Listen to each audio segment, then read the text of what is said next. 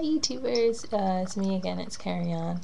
And basically the topic of this video is budgeting tips that basically I've used myself and that I'm still using now to provide financial security.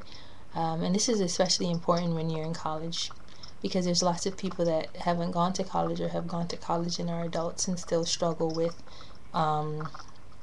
their finances and living within their means and things like that.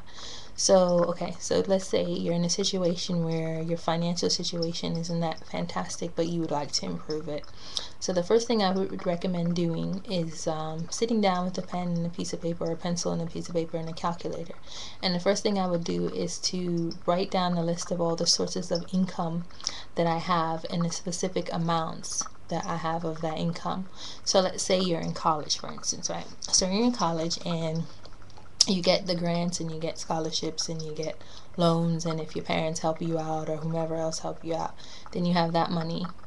So I would first of all write down in total how much money I'm getting from all these various sources. So once I put that together and write the total, then the next thing I would do is write down the list of my expenditures and what am I spending on just for that whole semester if you're in college. So let's say for instance your list of income, let's say it totals 10,000, right? And let's say your expenditures total 8,000, so you have an extra 2,000 left over. Now, first things first, what I would do is just kind of leave that off to the side, and I would kind of allocate how much money do I have to spend each month and on what in particular. And then what I would do next is kind of break down how much of that 2K can I actually put in the bank, and how much would I use towards pleasure or things I like to do. Because I mean, realistically, when it comes to budgeting, I think the easiest way to absolutely murder a budget or not follow it is to be so stringent for a longer period of time, to the point where you just completely go buck wild and you just say, oh, I can't take it anymore, then you just spend recklessly. So I think that if you kind of have a little wiggle room within your budget, so to speak, I think that you're much more apt to actually adhere to that budget than if you say, for instance, let's say all your bills are, $200 a month or something, and let's say you just leave in your budget just $200, nothing left over of, let's say you want to grab a drink, let's say you want to get a shirt, let's say you just want to, go to the spa, just do something out of the ordinary or reward yourself, then absolutely you're going to like completely blow it, and you're going to spend way more than the 200. So this is one of the tips that I do. Like, let's say for instance, let's take food shopping. Let's say I have a budget that I allocate towards food. Let's say it's $100, right? So I have $100 that I allocate to food. Let's say I just say, okay, well, the average month has like 4 weeks in it. So basically I would first say, okay, that means that for every 2 weeks, I'll go food shopping every 2 weeks. And every 2 weeks I'll make sure that I spend maximum $50 on food.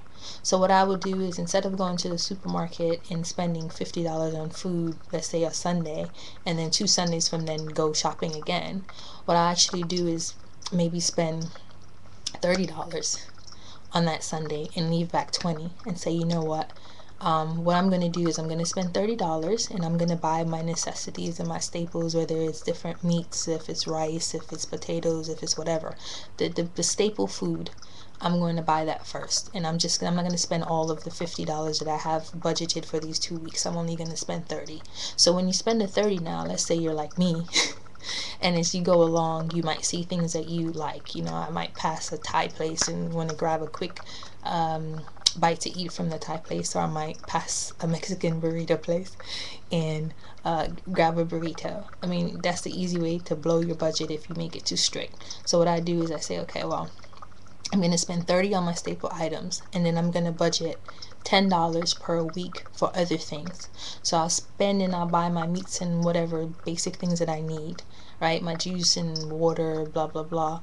And then the extra 20 that I have left over for those 2 weeks, I might say, okay, then now I'm going to allocate an extra $10 to each of those weeks. So I spend like 30 on the Sunday, and by the following Sunday I might have spent another 10, and then by the next Sunday I would have spent another 10.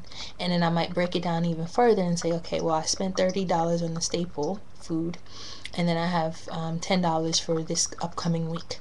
I might say, okay, I'm gonna spend, $5 on lunch. One of these days I might go out for lunch, and I'll just allocate the $5 to that, and I'll allocate another $5 to, let's say, certain things that you might not buy once every 2 weeks. For instance, let's say it's eggs, or let's say it's bread or something like that, some kind of perishable item that you wouldn't want to keep. Or let's say you buy fruit. Most of the time you don't want to keep fruit for 2 weeks, isn't it? So I might spend that other five and say okay, on fruit or something like that. See if that makes sense.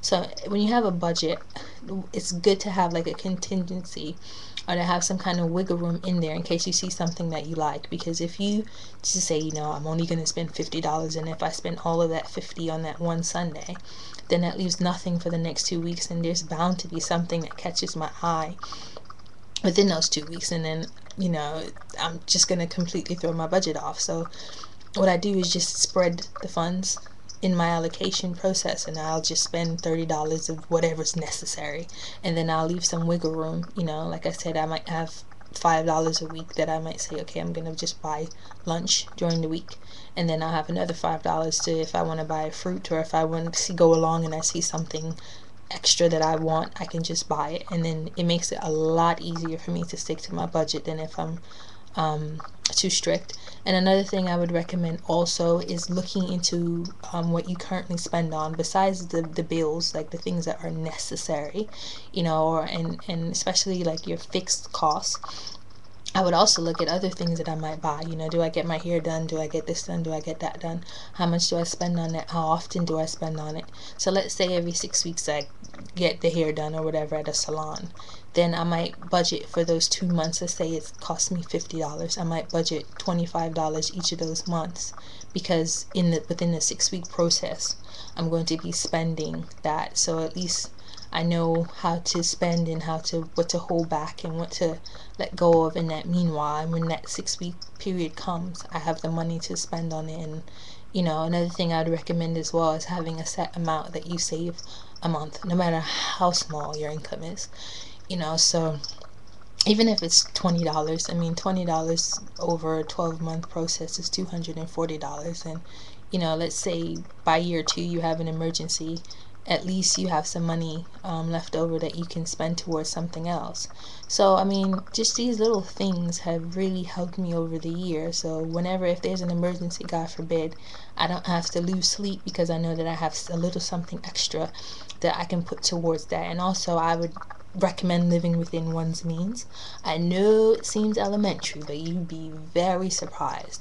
Who cares what your friends think? Who cares what anyone else thinks? Let them call you a cheapskate, let them call you whatever. I mean, it's never nice to be called those names, but it's not wise to spend all this money. And I've seen people do all the time unnecessary money to try to put up a certain image and keep up with the Joneses.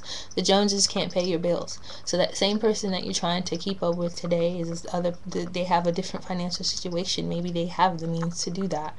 And it's okay if you don't have to do it, if you don't have the means to do it now. It doesn't mean that you'll never have the means. It's very important to have the short term and the long term in perspective. You shouldn't be so focused on just today, because what about tomorrow?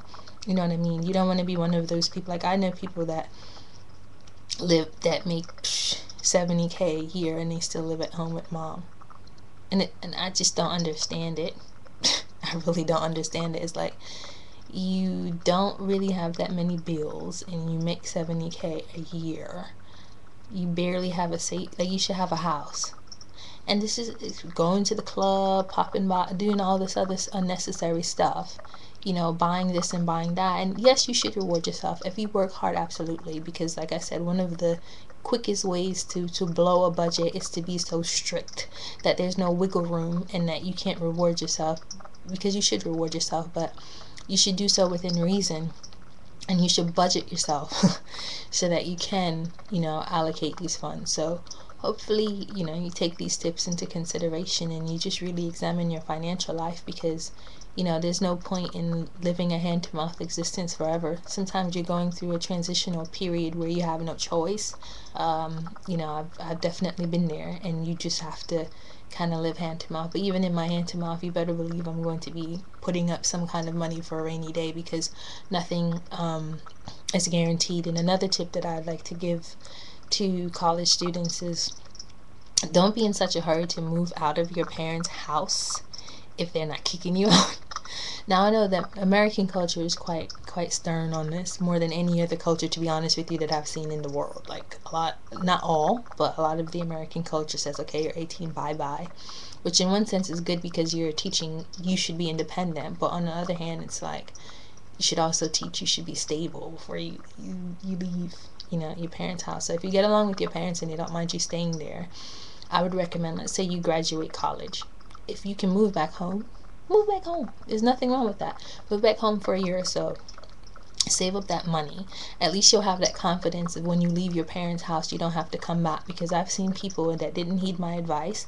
They got a new job and they said bye bye, mommy and daddy, got their own place, spending all this kinds of money, and then they get laid off and they're back to square one. So, I mean, if you're going to leave your parents' house, I would recommend at least having 6 months of savings, of living expenses saved up before you leave, because even if you get a new job, there's no guarantee that you won't get laid off. And this is not being negative, this is just being practical.